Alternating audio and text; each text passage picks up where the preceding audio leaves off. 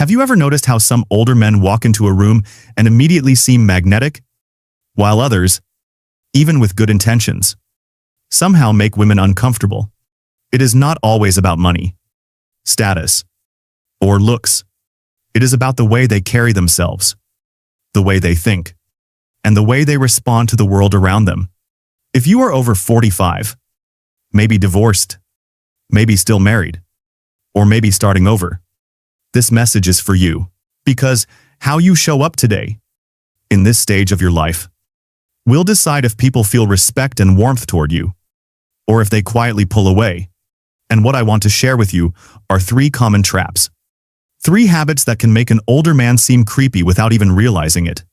More importantly, I want to show you how the ancient wisdom of Stoicism can guide you to avoid those traps and become more attractive, more respected, and more grounded. So stay with me. If you listen closely, this might change not just how women see you, but how you see yourself. Now, let us start with the first trap. I call it the illusion of control. I once watched a man in his early 50s on a dinner date. He was a good-looking man, well-dressed, confident in appearance. But as the evening went on, he began to direct every detail. He told the waiter exactly how his date's food should be prepared, interrupted her when she ordered wine, and when she laughed at another man's joke at the next table, his face stiffened. Later, when she checked her phone, just for a moment, he leaned forward and asked, almost pleading, "Are you bored with me already?" What happened there was not just insecurity.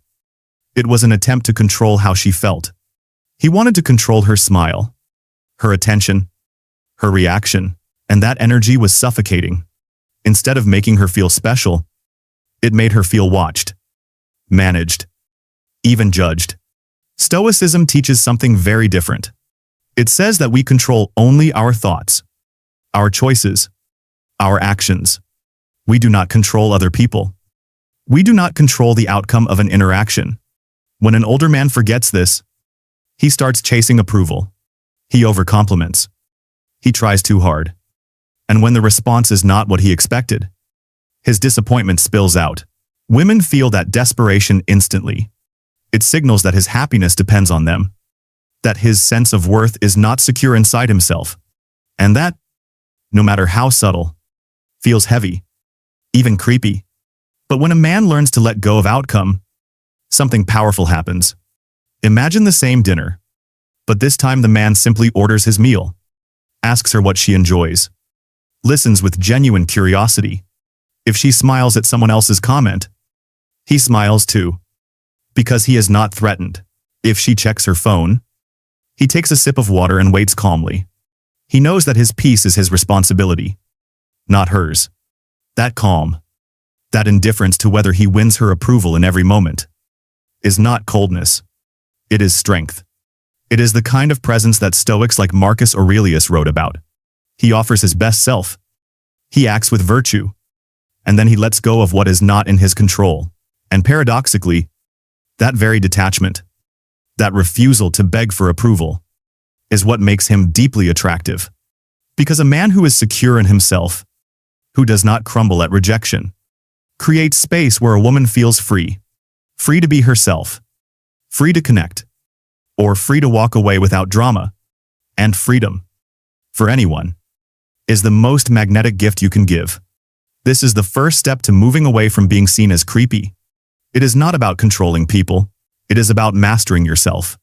So as you think about your own life, ask yourself, do you find yourself disappointed when someone does not laugh at your joke? Do you feel anxious if a woman does not text you back right away? Do you over-explain, over-compliment, over-pursue? If so, it is time to remember the Stoic principle of control. Focus only on what belongs to you. Your character, your actions, your inner peace. Everything else, the smiles, the attention, the approval, let it go. Because when you do, you will notice a shift. The world feels lighter. Women notice your calm. And instead of trying to escape your grasp, they lean in. The second trap is one that many older men fall into without even noticing. I call it the echo chamber of the past. I was once at a family barbecue in a quiet suburban neighborhood. You know the kind of gathering. Kids running around with footballs. A grill smoking in the corner. Neighbors dropping by with pie. At the center of it all was a man in his late 50s, sitting in a lawn chair with a beer in his hand. Every conversation somehow circled back to him. He talked about the company he used to run, the car he drove in the 90s, the people he once met at a conference. Every story was a trip back in time. And every sentence carried the same weight. Respect me because I did something years ago. The younger men nodded politely. But their eyes drifted. The women, including his own daughter-in-law, smiled out of courtesy, then turned back to their children. He did not notice. He was trapped in his own echo chamber, convinced that his past should still buy him admiration today. Here is the truth. Past victories are just that. Past. They may give you wisdom, but they do not entitle you to respect in this moment. In fact, when you lean too hard on them, they often do the opposite. They make you look insecure, as if you have nothing new to offer right now. Stoicism cuts straight through this illusion. The Stoics remind us that the only time we truly own is the present. It is not what you achieved 10 years ago that matters. It is how you act with virtue and humility today. When Marcus Aurelius wrote in his journal, he never praised himself for old victories. He asked only, "Am I living with justice and courage right now?" This is why constantly talking about the past, or demanding respect because of your age, backfires. It feels like entitlement. And entitlement is not attractive. It is exhausting. Women sense it. They feel as though you are demanding attention rather than earning it. Now imagine the same barbecue. But the man in the chair chooses a different path. Instead of talking about his old job, he asks his grandson about school. He listens. He laughs at the stories. He offers a small piece of advice without turning it into a lecture. When a younger man mentions a new idea, he does not dismiss it. He asks questions. He is curious, not superior. Suddenly, people lean in. They respect him, not because of what he did years ago, but because of how he is behaving in that moment. He has presence, not just memory, and that presence feels safe, warm, attractive. Stoicism calls this humility, not false modesty, but the clear understanding that every day you start over, your value is not a trophy from yesterday. It is the virtue you display right now. It is patience, kindness, honesty, and strength in the present.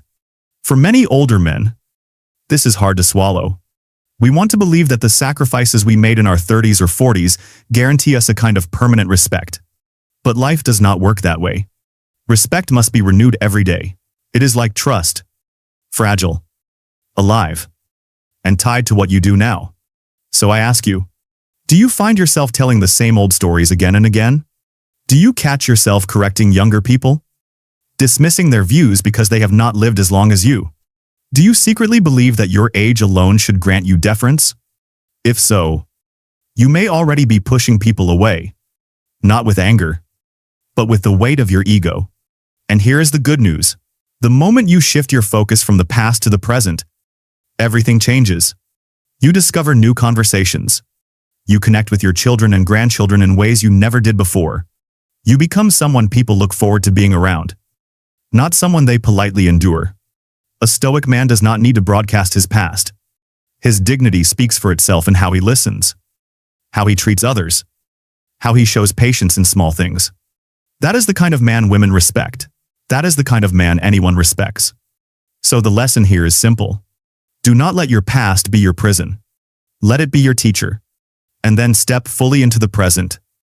Because the present is where connection happens. The third trap, and maybe the most destructive of all, is the lack of emotional control. I have seen this ruin dinners, friendships, even marriages. Let me share a story. A friend once invited me to a restaurant in downtown Chicago. It was one of those places with dim lights, soft jazz in the background, couples enjoying their meals. At the next table, a man in his late 40s sat with a woman who seemed genuinely interested in him. Things were going well until the waiter accidentally spilled a bit of water on the table. In that moment, the man's mask fell. His face turned red. His voice rose. and he snapped at the waiter as if the small mistake were a personal insult. The woman froze. Her body shifted slightly back in her chair. You could almost see the air change. The attraction she might have felt minutes earlier disappeared, replaced by unease. The date continued, but her smile was gone. Her eyes were distant, and I knew she was already planning her exit. That is what happens when an older man cannot regulate his emotions. The anger, the frustration, the insecurity, all of it spills out.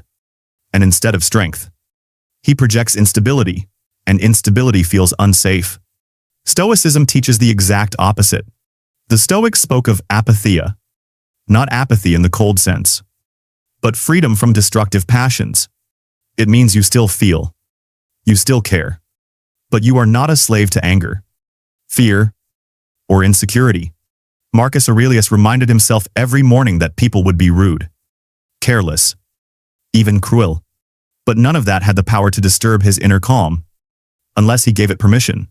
For an older man, this is critical, because at your age, people expect maturity. If you still lash out like a teenager, or sulk when you do not get your way, women will not see wisdom. They will see a man stuck in boyhood. But imagine the same restaurant, the same accident.